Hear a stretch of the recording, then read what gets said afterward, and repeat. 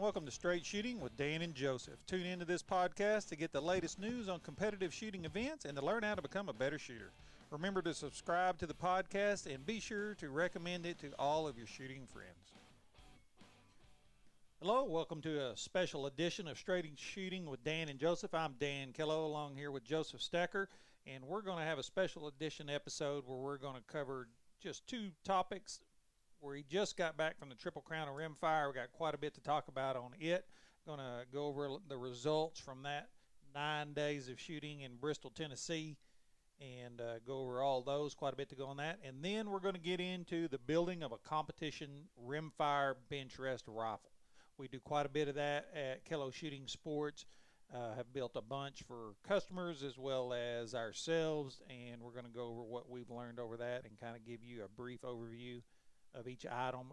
Not get into too much detail on some of the items. We'll have individual episodes for the specific components to get really into the detail. We've already done one on barrels with Paul Tolstead that works with us and gone over quite extensively. So if you're looking for some good information on barrels, we've got that there. Remember, you can go to our website, straightshootingwithdanandjoseph.com.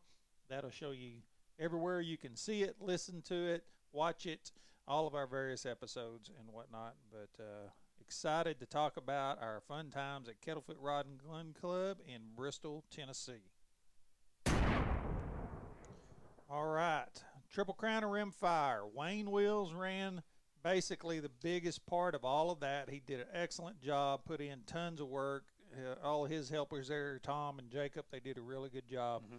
I know they had done a lot of work on the range going into that. They'd had a drain pipe on the range stop up and wound up having to dig that up and got in there and covered all that with straw. Worked fantastic because we were getting rain all week long. All day, every day. Yeah, just off and on. But it was every day. It rained. Well, I guess maybe Sunday it didn't. I don't know. It Saturday seemed and Sunday, it was the best like on the end half there. The rain, yeah. But earlier in the week on that Wednesday going through, it didn't get out of the 50s and rained the whole time, and I froze. Wasn't ready for that. The day before here back home in Texas, it was actually 107 or 108 degrees, and it was 48 there. Yeah, it was 48 there. I think it might have got up to like 52, but the wind was blowing and it was raining, and it was cold, and I wasn't ready for it. I took 2 pair of pants, and I wound up wearing them. I had to wash them because they stomp up on mud. Paul had to loan me a jacket. I didn't even have a jacket. I took summer clothes and like a rain jacket. Yeah. And at least I had that, but it wasn't very warm. But it warmed up later in the week. Got to where Saturday and Sunday was nice. Did rain a little bit, like I say, off and on Sunday, but nothing major. It was warmer, and so things were a lot better. And I got to admit, if you're going to be at a range and competing when it's raining, Kettlefoot's a good one to be at. Big, huge cover on the firing line. I mean, wasn't any problem with everybody keeping their equipment and whatnot dry. And anyway, it's a good facility. They've got that's why they have a lot of big, awesome, large events, because they can handle it. They're set up for it. 60 benches. With the COVID stuff, it was good to have the 60 benches, because then we could set up and everybody was every other bench to keep the social distancing going. And everybody kind of liked that, gave everybody plenty of elbow room. And attendance was down some from previous years, but that was to be expected. Close enough in there that most of our shooters from Pennsylvania and New Jersey and New York stayed home and weren't able to come down, but the rest of the country was well represented and had a good time. It was about the turnout that I expected it. Yeah, I mean, the largest day was 58 competitors.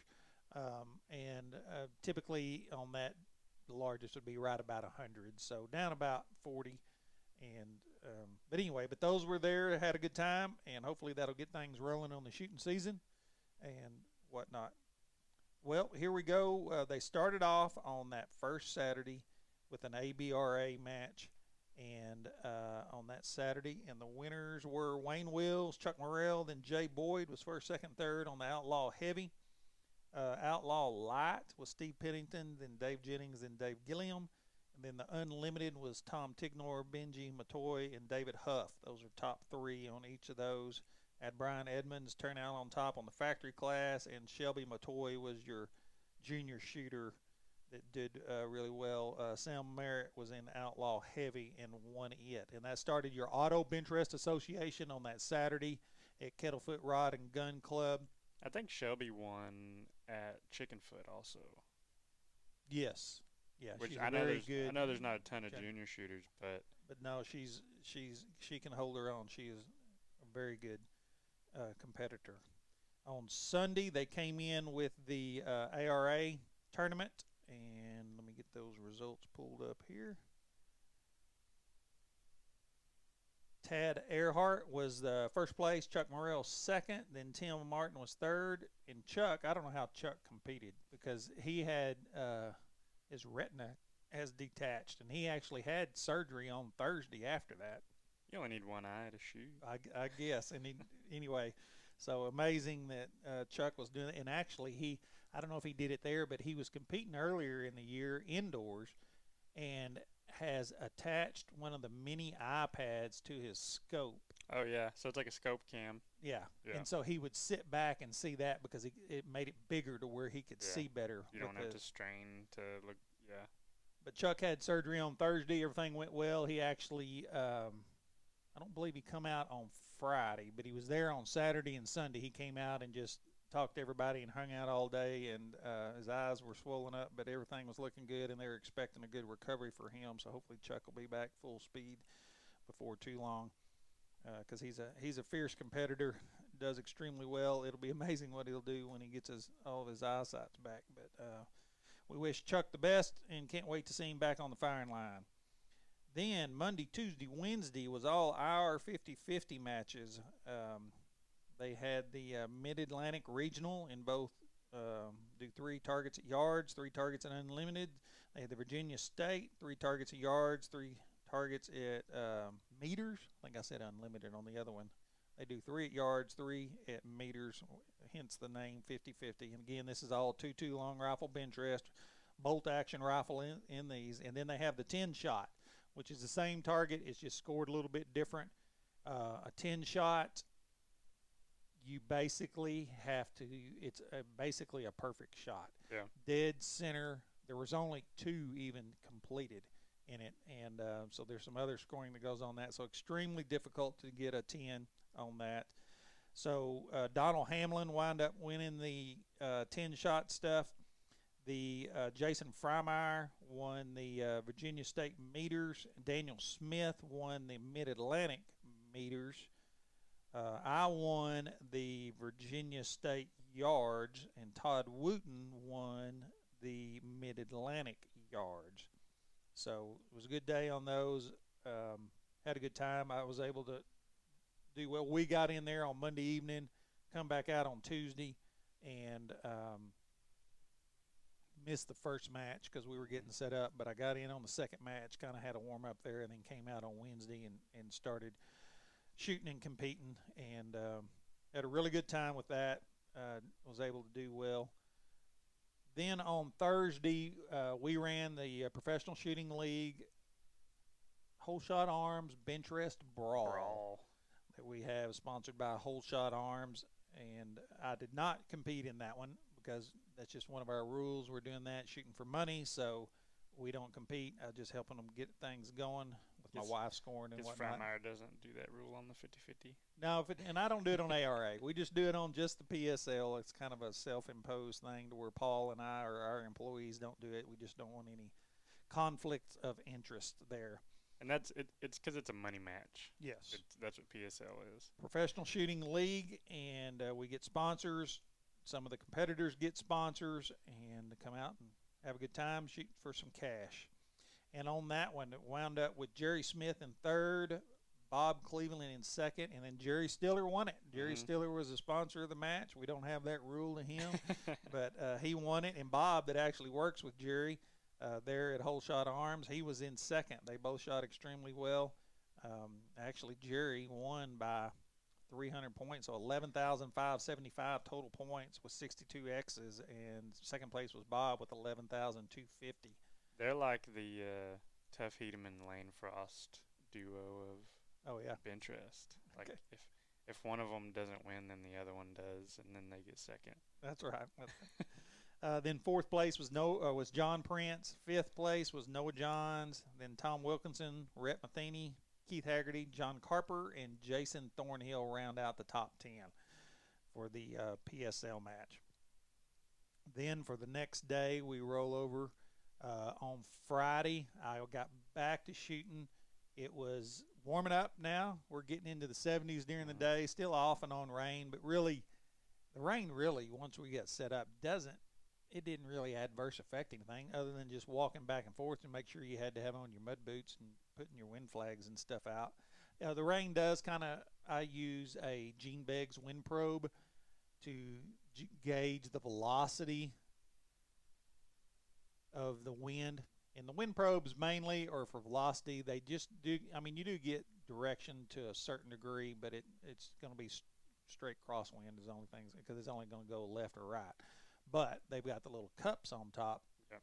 And of course mine been banged around, got a couple of holes in them, so if they Filled get up with water water. in those things, then they just go over and lean to one side. But I was able to keep those up and empty and whatnot.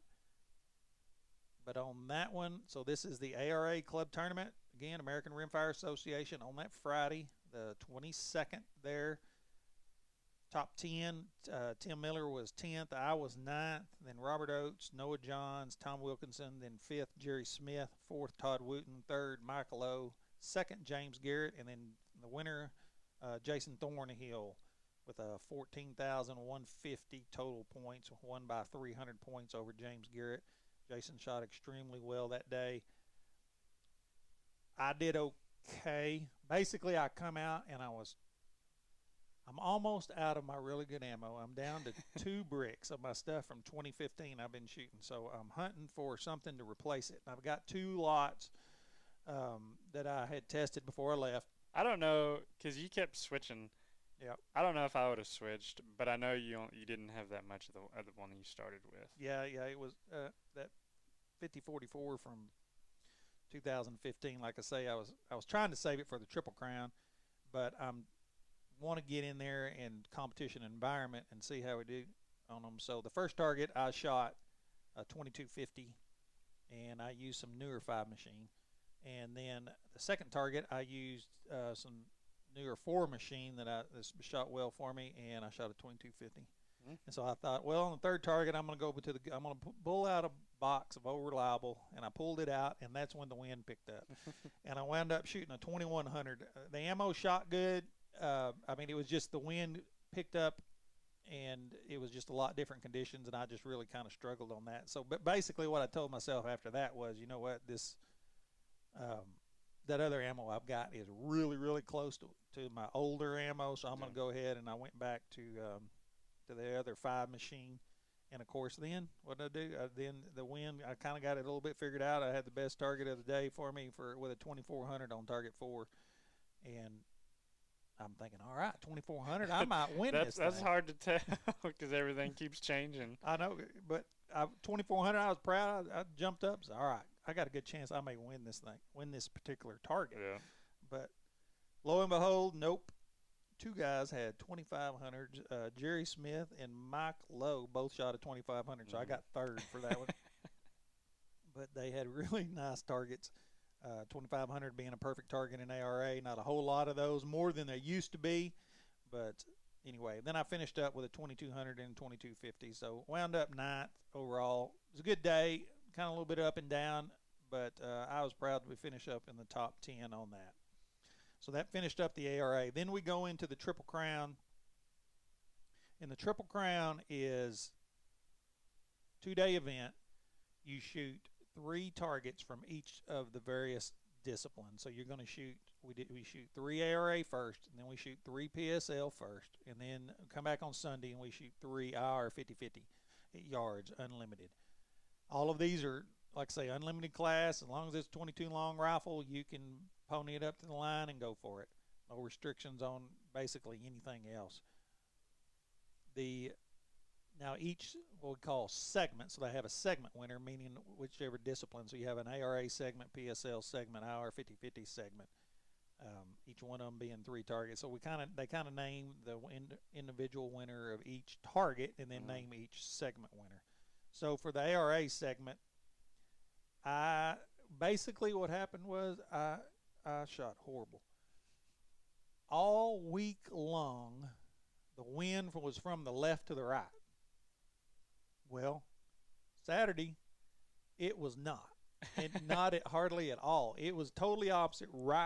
It was from the right to the left, and I started off down on the far end to the right of the range, close to the berm. So when you're looking at Kettlefoot, 60 benches, so it's really wide. It's in a tub, though. Yeah, I mean everything's in a mountain up there. Yeah. In that part, which is good. It's got an awesome back because you shoot right into the side of the mountain, full of trees and whatnot. They've got a berm on the right side that's probably 6-8 foot tall. Yeah. And then on the left side is trees and kind of a pond with a bunch of cattails and everything growing up out of it. And you'll get wind coming through out of that. And for me, that wind coming from the left was a little bit truer. We were over to the right up against that berm, but not quite close enough. If you get right against the berm, you're in a little honey hole because as the wind comes over it, you're kind of protected. But if you get a little further off that, then you're in the worst spot there can possibly be if it's coming over that berm, because basically wind is like water going down a river. If it goes over a boulder or something, then that water rolls and becomes like white water or rapids. And that's the way wind does coming over that berm. It comes over that and then it rolls. It tumbles. Yeah, it tumbles. And so if you're in that spot there, it can be really tricky on figuring out exactly what it's going to do. And then it'll kind of calm down. If you're far enough away from it, it'll calm down and it'll be smooth. But anyway, it really threw me for a loop. And on those first 3 targets, I had a 2100, a 2000, and a 1975. Ended up 25th out of 44. To win that segment third place was Mike Lowe, second was Jason Thornhill, and the winner was Tom Wilkinson. And they certainly had it figured out. Mike Lowe had a 2500. I mean, Tom Wilkinson averaged 2383, Jason 2300, and Mike Lowe 2283. So, I mean, they certainly had it and had it figured out, but I did not. And it was a little bit frustrating. I was shooting that. I went back to old faithful 5044 from 2015 is what I was shooting. And so anyway, we did those 3 targets, got them done. So because of the location on the range being somewhat, it depends on the range, depends on the day and the wind, but there are certain areas of a range that can be more beneficial to shoot in than others at times. So with the Triple Crown, what we'll do, and we did it on the PSL too, most of the big major matches, you will rotate after so many targets.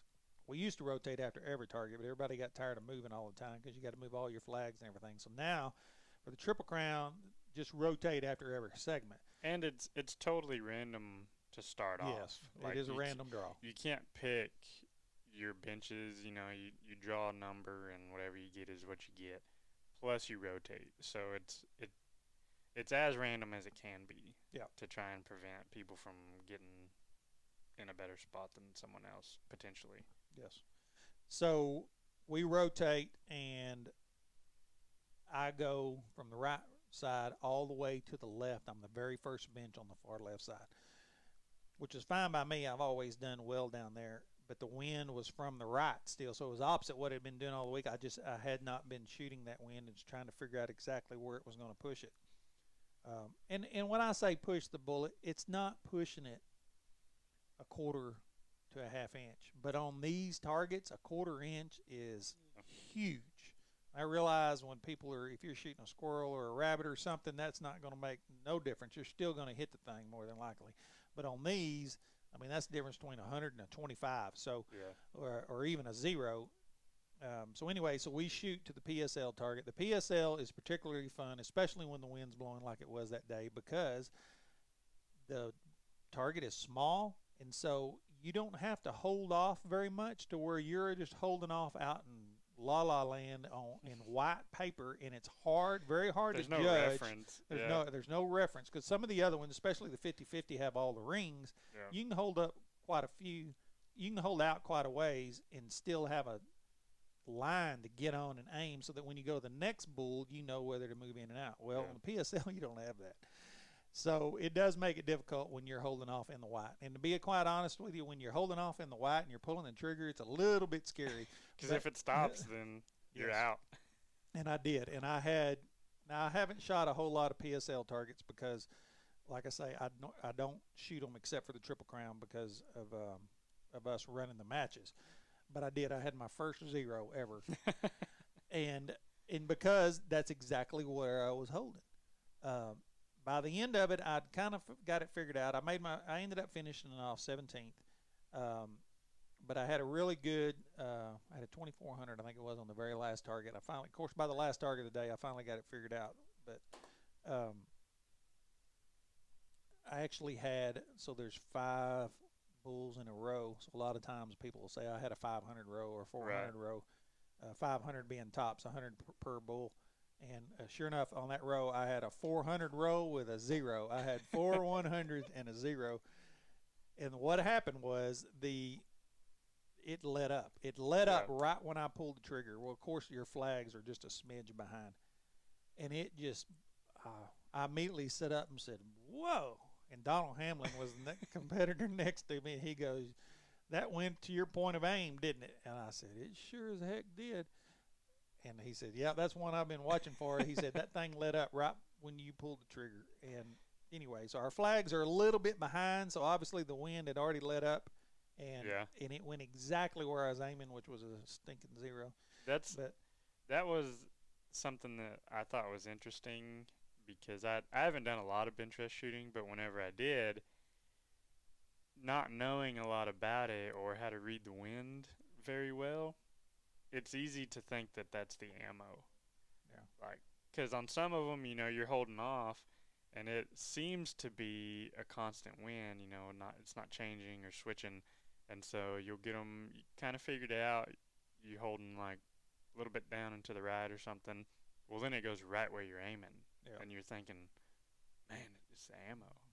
It's so easy to get stuck in that mindset that, well, it's the ammo, but you have to trust the ammo. Same way that you have to trust your ability to read the wind and shoot and everything like that. But that's something that was kind of always funny to me is you never really know what it was, but you have suspicions, and most of the time it's not the ammo. Yeah, most of the time you're right. And the other cool thing was about me being all the way down that left end of the range, for whatever reason with lighting and everything, I could see my bullet in the scope when I would shoot. One thing I like about that range is you don't get the shadow, because a lot of times when especially here in Texas, the sun will be behind the target, and it looks like there's 2 holes in it almost, and you don't know. You have to really look at it to make sure you're not shooting one you already put a hole in. So I could see that bullet come, and it would kind of come up like high right and then just kind of drop in on it, and that was so cool to be hanging out there and go boom, and then see that dot disappear. But anyway, don't get to see that very often, but that day it did. So the top 3 on the PSL segment, Brian Brandt was 3rd, Tom Wilkinson 2nd, and Marion Collier was the winner from Louisiana. Marion shot extremely well. Also, at the end of another reason PSL is money shoot, we have a $10,000 shoot called the main event. Labor Day weekend in St. Louis. In order to get in it, there's no entry fee. You have to finish in the top 10 of any of the other PSL sanctioned events, and that gets you a chance into the main event. The main event will be 3 targets. It pays $10,000 to the winner, and that's it. Nobody else gets a dime.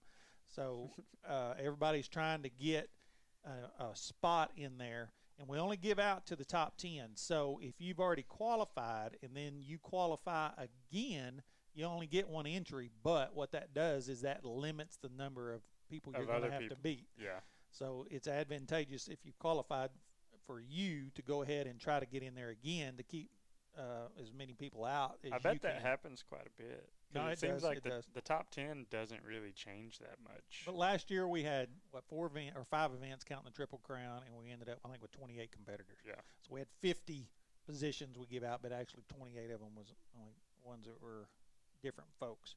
So the qualifiers for that, going from 10th up to 1st, was Frank Shook in 10th, Gene Bucky's in 9th. Gene, that we talked to last week, he did extremely well. Centerfire shooter, shot 9th. John Prince, Jerry Smith, Todd Wooten, Noah Johns, Jerry Stiller, and then, of course, your top three, Brian Brandt, Tom Wilkinson, and Marion Collier. So they are qualified now for that. Gene is figuring it out pretty quick. Yeah, no, he is. He absolutely It is. didn't take him very long to start popping up in the top 10. Yes, Gene's a good shooter, and main thing about Gene is he's a competitor. He's going to figure it out. He's going to find what it does to take it to run with the big dogs. All right, so then we go home or go back to the hotel for Saturday night, come back on Sunday. Wind was light on Sunday, but was still predominantly from the right to the left. Sun was out, not any rain. Started at 9 o'clock in the morning, just had the 3 targets to go. We shooting an hour 50-50 yards, and they pay out the top 10, and of course I come in 11th. You got like a consolation prize. Yeah, I got the booby prize. They actually, I won a Kettlefoot donated a brick of Ely match, so I won a brick of Ely match. So that was good. Thanks to Wayne Wills and Kettlefoot on that. But for that particular segment on it, top 3, third place was Barry Maney, second was Jerry Smith, and the winner was Marion Collier. And so our 50-50 is 250 points maximum per target. Well, when you get to these big events like this with these fellas, you've got to be clean, meaning you got to have all 10s. It has to be a 250 starting off with, or you're not going to be in the final, however many. So like this, the top 7 guys were 750 after 3 targets. They are 250 on all 3. And then it'll come down to X's. And I wound up with a 749. I dropped one on the second target. I was trucking right along. Everything was going good. It was just a light wind. I have 5 wind flags out. 2 of them had the propellers just barely turning. And I saw it right before I pulled the trigger that a third one's propeller started turning. But it was still just turning barely, and I just thought I can squeeze another one in there with that same hold. And sure enough, I didn't. It blew it exactly where it was going to be, just went a little bit further. The direction was true. That extra little bit of wind just blew it a little bit further. That was out enough to where it cost me to drop a point. And what you're just people who have never shot 50-50 or, much bench rest at all, when he says X's, that's the dot in the center, the very center of the bullseye. It has to be completely taken out. On this one, just touch it. Well, okay, it has to be touching on 50-50. But what he's talking about with the 250 and 750, the scores, so on 50-50, the way that it works is, so if you shoot 3 targets, theoretically the highest score you can have is a 750. And so if you have multiple people that have 750s, then the tiebreaker comes down to how many X's you have. Right. But you could have had a 749 with 74 X's, and you still lose to the guy that has a 750 and 1 X. Yes. That's just how it works. Exactly. And that exactly. If you'd have had that score, you'd have finished 8th. Yep. And so the winner come up, Marion Collier, wound up being a 750 with 64 X's. So 10 ring is a little bit bigger. Then there's a dot in the middle, and you got to touch that dot to get the X. I wound up having 52. If I hadn't have dropped that, I had 52 X's. If I hadn't have dropped that one shot, I'd have been 7th. So my X count wasn't quite high enough. I had, like I say, 52. First place had 64. Second place, Jerry Smith had 62, and Barry Maney in third had 59. So out of a possible 75 X's, those guys are hitting it pretty darn regular. You're getting 60 plus X's. That's pretty stinking good. Yes, you are. And so what they do now to name so that was the 3 segments. Then they'll have an overall winner of the Triple Crown, and it's based on your finishing position in each of the 3 segments. Marion had done extremely well, but on his first event he was down, and so he wound up just being 6th overall. Top 3 overall for the Triple Crown was third place Barry Maney, second place Jerry Smith, and the winner Tom Wilkinson. Tom's a gunsmith, does all of his own gunsmithing, and shot extremely well over all 3 events and wound up being the winner. Congratulations to them. Fourth place was Jason Thornhill, fifth Jerry Stiller, sixth Marion Collier, seventh Brian Brandt, eighth Frank Shook, ninth Gene Buckies, and 10th Bob Cleveland. So Gene ended up in the top 10 overall, so good shooting That there. shows you how tight all the scores are, because Marion won, what, 2 of the 3? Yeah, he won 2 of the 3. Yeah, and then came in 6th overall. He came in 6th overall because he was 28th on the first one. But that just shows you how much it's close. Well, it's close, but that shows you how much you got to figure it out. And when you ain't got it figured out, Marion is 28th. And then when he finally figured it out, he wins the next 2. Mm-hmm. But that first segment had him so far down the list that ended up being, even though he won 2 of the 3 segments, he still ends up 6th overall.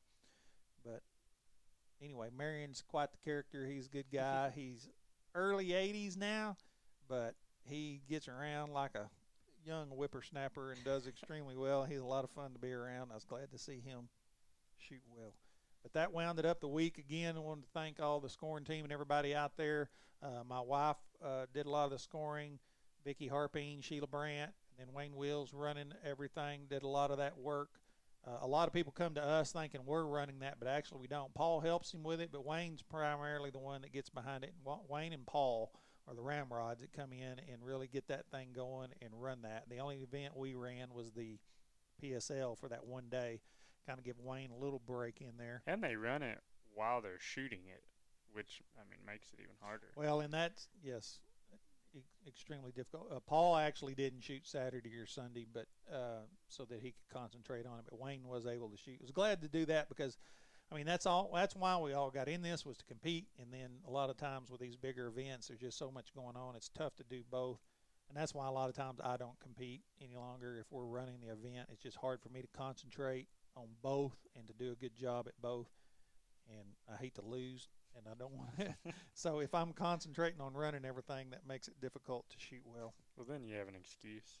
Well, I know, but I don't want an excuse. I'd rather just have the trophy. But anyway, that rounds up Triple Crown. We had a good time and appreciate everybody coming out.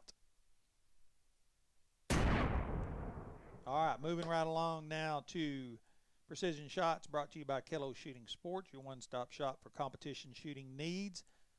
We get lots of questions about building 22 competition bench rest rifles, and we help a lot of people do that, get a lot of the components and everything. So kind of want to go over that and what to look for if you're looking to build, and we're primarily here talking about brand new gun right now today. If you were to call and try to build one that's going to be able to go and compete with these guys at the Triple Crown. Now, I will say this. These guns that you're going to build with these competition barrels are going to be extremely accurate. But a lot of people, it's finished in that top 10 there, they have done multiple barrels. They are looking for that 1 in 100 barrel. Now, all of these barrels are going to be really good, but they want the one that's exceptional. That really is a roll of the dice. Yeah. And that's kind of, I think Paul was talking about how they grade these barrels. That 4, I think that's the highest or whatever it is. Whichever one was the highest, that's not just one that rolls out all the time. And I don't even know if you can call it 1 in 100. It's probably higher than that, 1 in 1,000 or something. Yeah, it's hard to know what number it is, and nobody really knows why. I mean, if they knew why exactly what made that a better barrel, they would be manufacturing that. They've got a general idea. They've got a bunch of things like tapered lapping and some different heat treatments that they know help. But like I say, we're really splitting hairs when we're talking about the 1 in 100 or 1 in 1,000 barrel. And so everybody's just always looking for that one. The gun I shoot now, I mean, I've had for years. Actually, it was a gun that come through the customer range here that we had helped James Pappas build. And when we built it for him, I told him, I said, when you get ready to sell that, you just let me know. And sure enough, a few months later, he wanted to sell it, so I wound up buying it from him because I saw it, I shot it, I knew it was a great gun. We had built it for him. done everything on it. So Richard Gorham did the barrel work, and so that's how I come across that, just picking and choosing. And a lot of guys, I mean, it's not uncommon for somebody to say, all right, build a gun, let's put 3 barrels on it, and they'll put 3 barrels on it and just swap the barrels around to find the best one, and then the other 2 go in the scrap heap. Yep. And you're looking at about $650 for each barrel, maybe even a little more depending on which barrel you do. So anyway, you can spend some money, but that's what it takes to find the really, really top notch. But let's start talking about the build process. The first thing you've got to do is you got to get all the pieces and parts together. Now, we're able to do that here and help save around on shipping, but there's no reason why you can't do this on your own and buy the different pieces and parts and get them shipped to the proper places. You're going to have to get in action, do the paperwork on it like you would any other firearm. Right now, to get a brand new action, the only ones that are being manufactured are the 2500X by Whole Shot Arms, the Trident by Whole Shot Arms, and then Turbo has 2-lug and a 3-lug, I believe. As far as I know, those are the only ones that are actually manufacturing at the moment. 10X was in for many years. I haven't been able to get in touch with them. I don't think they're manufacturing anything any longer. So those are some that you're going to see out there. There's going to be what people are going to call old turbos, or a flash turbo. Turbo was originally built by Flash Ebert out of Odessa, Texas. Flash is no longer with us. He had sold that off, or his widow sold that off to Diorio Manufacturing, and Diorio makes those now. And that's so that if you hear somebody talking about a flash turbo or an old turbo, that's what they're talking about. They're talking about one that Flash Ebert made. And yes, that was his name, Flash Ebert, E-B-E-R-T, in Odessa, Texas. Made a lot, and forever they ruled everything. And when he started getting sick and wasn't able to make any, that's when a lot of other manufacturers popped up to kind of fill that void. Now, as far as factory actions, there's really only 3 that I would even consider to build for a competition rifle. It would be a Remington 40X, a Psl 150, or a 54 round shoots. I know there's some others coming out that Remex has some, Voodoo has some, there's some other single shots that are coming out, and those may very well come up and be fine, but we just don't have any experience with them yet. They're newer, and I didn't see one single one at the Triple Crown this last week. So when I'm talking to you, I'm basically telling you the equipment list that we saw at these matches. The main benefit to getting a custom action is it's going to be true. There's not going to be hardly any work a gunsmith's going to need to do to one. There might be a little bit. They're going to check them and go over them. There might be a couple things that they might have to do, but for the most part, they don't have to do anything. With the Remington 40X, they're going to have to true that thing, blueprint it. Same thing with a Psl 150. 54 and shoots, well, the newest ones are threaded, but the older ones were all press fit. Same with the Psl. So a lot of the gunsmiths don't like the press fit. They want it threaded, so they're going to have to thread that action. I haven't seen it. I guess I've only seen the old ones, the 54s. Yeah, with the new 5430, I have not seen any of those on the line, but those are threaded now and are not press fit like they used to be. So the Psl, the main advantage too, I said about being true and everything going to be about spot on a custom action. The other advantages are just simply creature comforts. All of these factory actions are going to be a right bolt, right port. Well, when sitting down at a bench for a right-handed shooter, a right bolt, left port is the preferred way to go, to where you operate the bolt with your right hand and you're going to load the ammunition into a single shot with your left hand. The port's on the left side where you're sitting. You can see in there, and it's just a lot easier to do. It's a lot quicker. I'm extremely right-handed. It took me about 15 minutes to get used to it, and then after that, after you've done it and you shoot competition like this, you will not ever go back. We're all using rests that are going to hold the gun, so it's not like you're having to hold like prone. If you're shooting prone, right bolt, left port is not going to work at all. No. Because then you have to break your position each time. Exactly. But on a rest like we do in competition, it's no problem. It's actually the preferred manner to do. So the factory guns are not going to have that. Now, you can still do it. Bob Cleveland, that I've read his name off several times, is shooting a Psl 150. Joe Besh, that's always in there with the winners, is shooting a non-shoots most of the time. So there's a lot of them out there. You used to see a lot of 40Xs because several years back, the CMP, Civilian Marksmanship Programs, turned loose of a boatload of 40Xs at $400 a piece. And so people bought them just for the action in the boat, threw everything else away, and paid a gunsmith to true it. And so for about $600 by the time you paid the gunsmith, you could have a bench rest quality action, as opposed to $1,000, $1,100, $1,200, $1,350 for a custom action. So it was a less expensive way to go. The other benefit of a custom action is the bolt release is going to be on the side of the action. Now in a Remington, it's not. Now Anschutz and a Psl, it is, so it's not that big a deal. Remington has that button down on the bottom on the trigger, which most of the time are stiff and they're real pain in the rear. It's only a pain if you're me, because when we test them, you can't get to that. Yeah, basically. It makes it difficult. So what you got to do is you can do it with a pocket knife or a real skinny flathead screwdriver, is just go beside the bolt there and push it down. And that's what I used to do, because actually one of my first bench rest guns that I competed and did well with was a Remington 40X, and I just pop out my pocket knife and push that thing down, and it's spring loaded so it snaps back. So those are the two big. All of these, now the Psl is going to have its own trigger, which is an exceptional trigger, and the Anschutz has got an Anschutz trigger, which is an exceptional trigger. All of these others, the 2500X, Trident, Turbo, X3, Remington 40X, they're all going to use a Remington 700 style trigger. Now, to name some of the other actions that are out there that are no longer being produced that you might see, Swindlehurst is one that's still fairly popular that Kelbley's made. They just quit manufacturing them. See several of those on the line. Time Precision used to make one. Don't really see many of those anymore. There was some other, they had a front lockup like a centerfire action. Well, with a rimfire, the round is so short, with front lugs like that, you can't have a loading ramp, and so there's no loading ramp. So you have to stick the round directly into the barrel every time. And then, too, there's no ejector.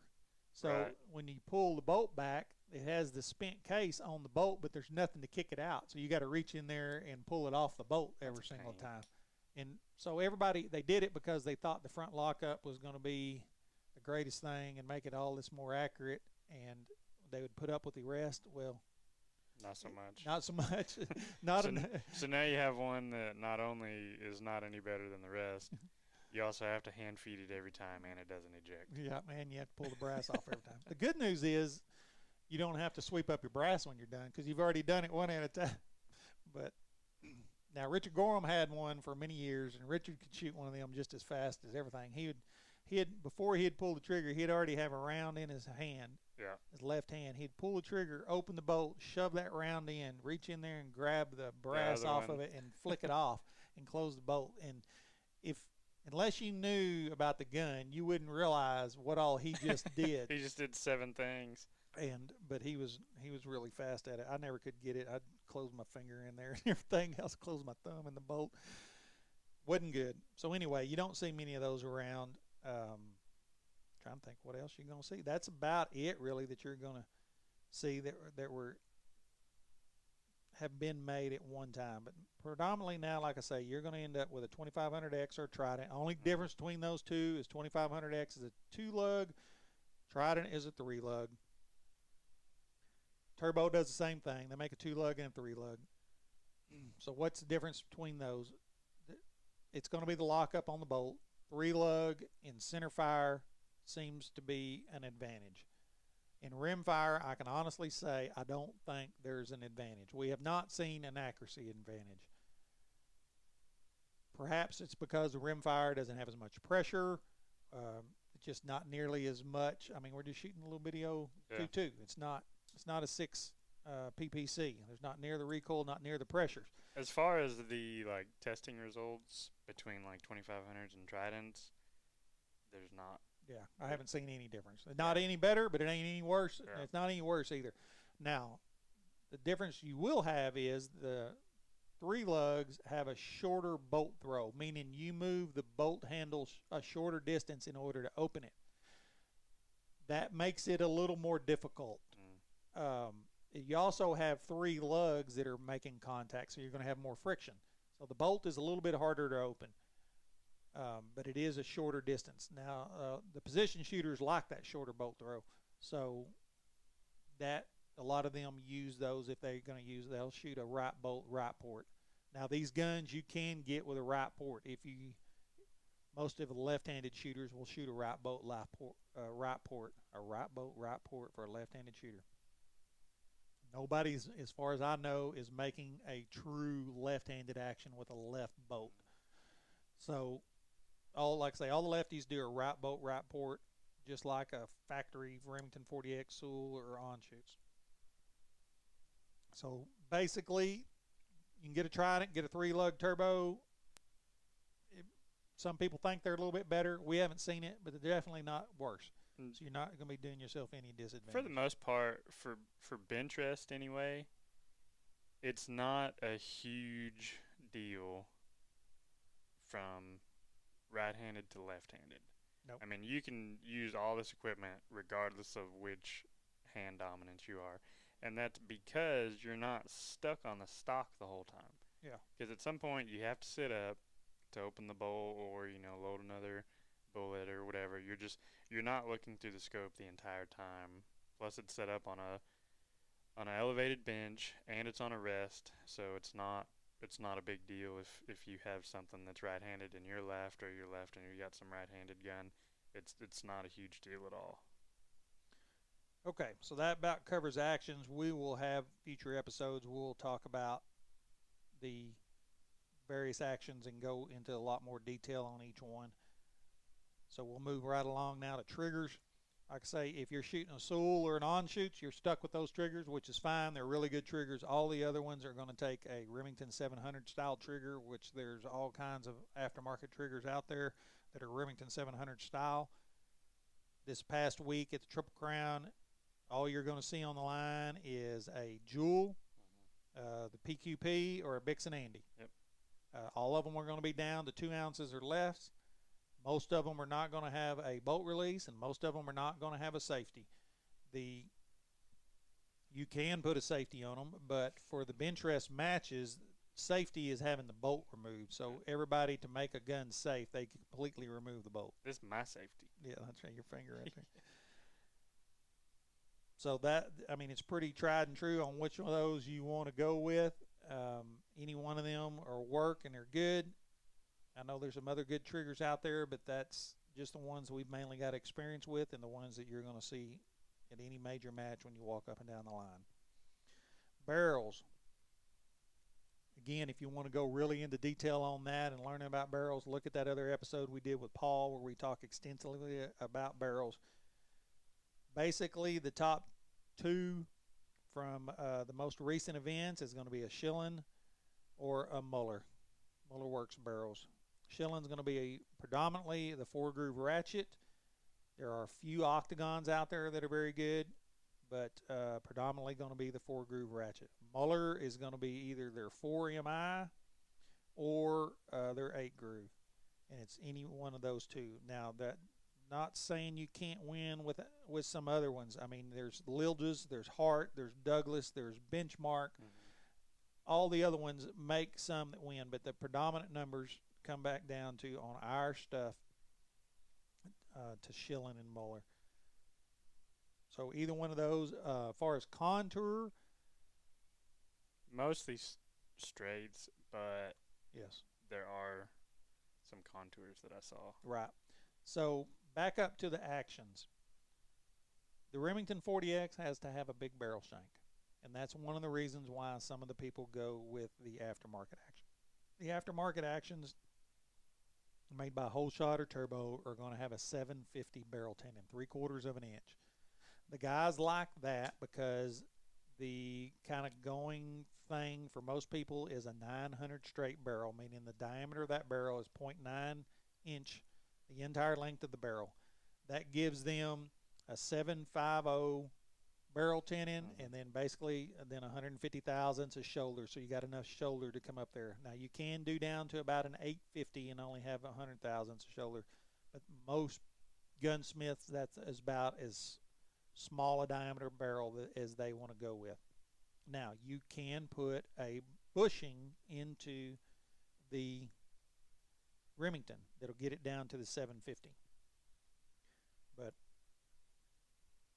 you can do that, get that locked in. Same thing on the Psl or the Onshoots. Like we said, most of the guys are going to thread them. They wind up being a little bit bigger barrel tenon, but still you can use a 900 on them. So by far the predominant contour is a 900 straight. Like I say, you can do 850. Some of them like to shoot some of the other disciplines and need to make 10.5 pounds, so they may have an 850 on there to save some weight. I've seen plenty of them shoot good. Same thing with a 920, like's real popular on a Ruger 1022. You can do a 920 straight. That works just fine as well. Number 7 contour is actually what I have on my number 1 gun. I've got 2 guns. One's a 900, one's a number 7. Number 7 starts off an inch 200 and slowly tapers down to about a 900 at the muzzle. Now that number 7 will work just fine on a Remington. Got the big barrel, got it, like I say, it was a 1.20 inch, and will work just fine on that Remington 40X. It also works on my 2500X is what I have on my gun. 2500X, I've got 2 of them. So on the contour, actually the contour is more about weight. We have not seen that contour actually makes any difference in the accuracy. It's about weight and what you want to handle and what you're used to using and what you like to do. And they can both be tuned. Yes. You can work on that. And a lot of people will go with a 900 and use 900 over and over and over just because they get used to them. They can use tuners from gun to gun. And so that moves us on to tuners. Right now, Harold tuner is kind of the tried and true that's been around forever. You got the J&L PRX tuner, which is very good as well. And you've got the Ezel tuner, which uses some tungsten powder. Any one of them can be used. They all work. They all hang weight beyond the muzzle. They all do the same thing. It basically just comes down to preference. Yes. Some people want them to click, you know, like the Heralds do. Some people want them to be able to lock. And so then you're going to come to a J&L or something like that. Or try to figure something out with the tuner that you have to make it to where it can't move. So any one of those we've seen working good. Just whatever one you want to use, you can make it work. Stocks. Predominantly, you're going to have what we call a straight line. It's kind of gone to the rules now to where, and the rules allow it, to where the butt and the forearm run parallel. Centerfire rules require the butt to be sloped. Rimfire does not. So a lot of them think that it's beneficial to have, when you fire the gun and it recoils back, it recoils straight back, as to where a slope butt is going to make the muzzle rise as it comes back. Now you're going to see those in fiberglass with the Macmillan. We have our KSS straight line edge, which is their edge version. We got them to make it to where the forearm and the butt ran parallel. That's exclusive to Kilo Shooting Sports. Those work well. We've gone a lot of times with solid fill, which means the stock is full of fiberglass resin, making it about 5 pounds without anything in it. It just makes it more dense and heavier. We do have light varmint versions if you are trying to make weight that are quite a bit lighter. They're down about 26, 28 ounces, depending on exactly what all they have into it. Yeah, they're like 2.5, 3 pounds. Yeah. So you can also do wood. Wood is good. Wood has come back on. For years it kind of fell off because they did not have the automotive clear coat finishes, and they reacted to moisture. Nowadays, everybody typically will finish those and seal them with a automotive based clear coat, which seals them off and basically keeps all the moisture and everything out.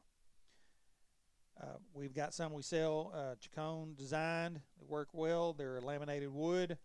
We've got some we sell from Brent Lidgard that get all the fancy woods and everything that work extremely well. We've seen he can do African mahogany, different kinds of maple, babinga, all those beautiful exotic woods. We also have the ones from Precision Woodcrafting that were made and designed and already been bedded. Now they're a little bit different. They have sealed them a little bit, but they don't have an automotive clear coat on them. They have compressed that under high pressure, the laminated wood. So it's laminated wood, but has been compressed under extreme high pressure to give you more layers per inch. So that it can expand, basically. Right. And it's much, much heavier, yeah. much more dense. And those are really kind of the hot ticket right at the moment. A lot of people are going with. He already beds those and has everything done for the 2500X. Trident guns. They're doing very well. So any one of those we've seen winning rifles on. Now you can paint it. You can do whatever you want to do. Hydro dip it. That's all personal preference. It's not going to really affect the performance.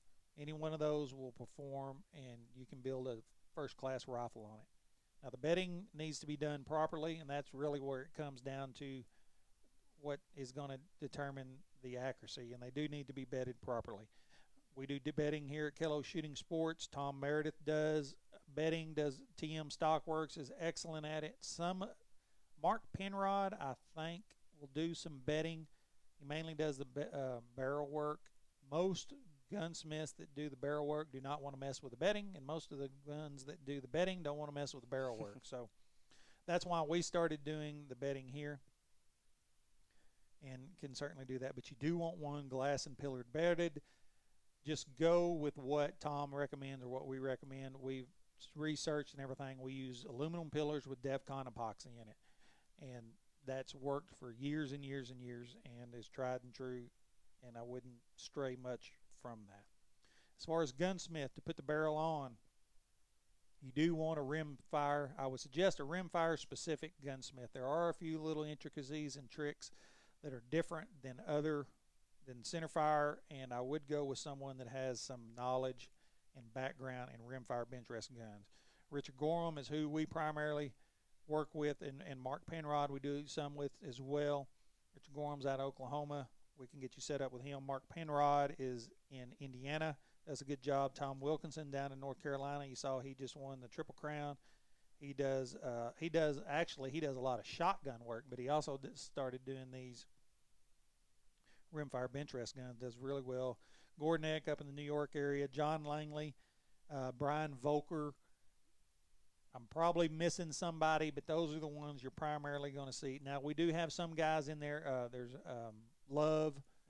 They're in Missouri, too, that Joe Besh and some of those guys have started using. Those are going to be your primary ones that we see out there. I apologize if I'm leaving anybody off my list, but those are the ones I can think of right at the moment. Richard Gorham, Mark Penrod, Tom Wilkinson, Gordon Eck, John Langley, Brian Volker, Bobby Love. They're around Missouri. Now, scopes. You want high-powered. You want at least 36 power. They're small targets that you're looking at. So you want what you're going to see a lot of out there. Probably the number one scope on the line this past weekend was Night Force. They use the fixed power. They use the 10 to 50s, and some of them crank them up to 50. I still have my Weaver T36. Most of them, I think, are going to be 50s. Yep. I still use my Weaver T36. You want at least a 36 power. Citron makes one. The Weaver and the Citron are going to be your economical versions in the $500 to $600 range now. 36 power with a fine crosshair or a fine crosshair and dot. Reticle is just really personal preference. You want something that has at least 8th-minute clicks. Leupold makes their competition 45s. Athlon has come out with some. Athlon also has some variables that are very reasonably priced and do exceptionally well. So Weaver, Citron, Leupold, Night Force, Athlon. You will see a few March out there. There's a couple other ones, but those are going to predominantly be what you're going to see on the line. As far as mounting it, most of our rimfire guns go with a dovetail base. Dovetails are like on the Sewell and the on-shoots come integrated into it. Everybody else is putting bases on. Now you can use Weaver style or a Picatinny rail. Again, that's all personal preference. We don't have a lot of recoil. Dovetail works just fine. So I've got on mine, actually on my number 1 gun is a Weaver base. It's just happened to be what I had at the time to put that on there. But one of them's dovetail, the other one's a Weaver base with Burris rings. For the rings, BKL makes good ones. Burris makes good ones. Kelbley makes some good ones. Rings are not hypercritical. Just make sure they're on there and they're tight. Yeah, there's not enough recoil to really worry about the rings as long as they fit. Exactly. Make sure they're on there and there's everything's straight and you're good to go. So that kind of wraps it up on building of a bench rise gun. Again, send us your questions to host at straightshootingwithdanandjoseph.com. Be sure and like and follow our podcast and send us over any questions that you have. We will have later episodes to cover in detail each of these components. Again, we've already done the one on barrels, so look back over there and listen to the one we went over with Paul extensively. We'll have ones coming up in the future, go over various actions and triggers and stocks as we come up to those in the future. All right, that wraps up this episode of Straight Shooting with Dan and Joseph. I want to thank everybody for tuning in. We'll be back next week, and we'll spend a lot of time with Blake as we go from 415 training, Blake Lyles, and go over some more of his 4 for core drills in our training. He's also going off to the Ozark, the sectional match, I think. Anyway, Yeah. in Missouri, just left out, and he'll have a match report for us coming from that USPSA match. So be sure and tune in for the next episode. Yeah.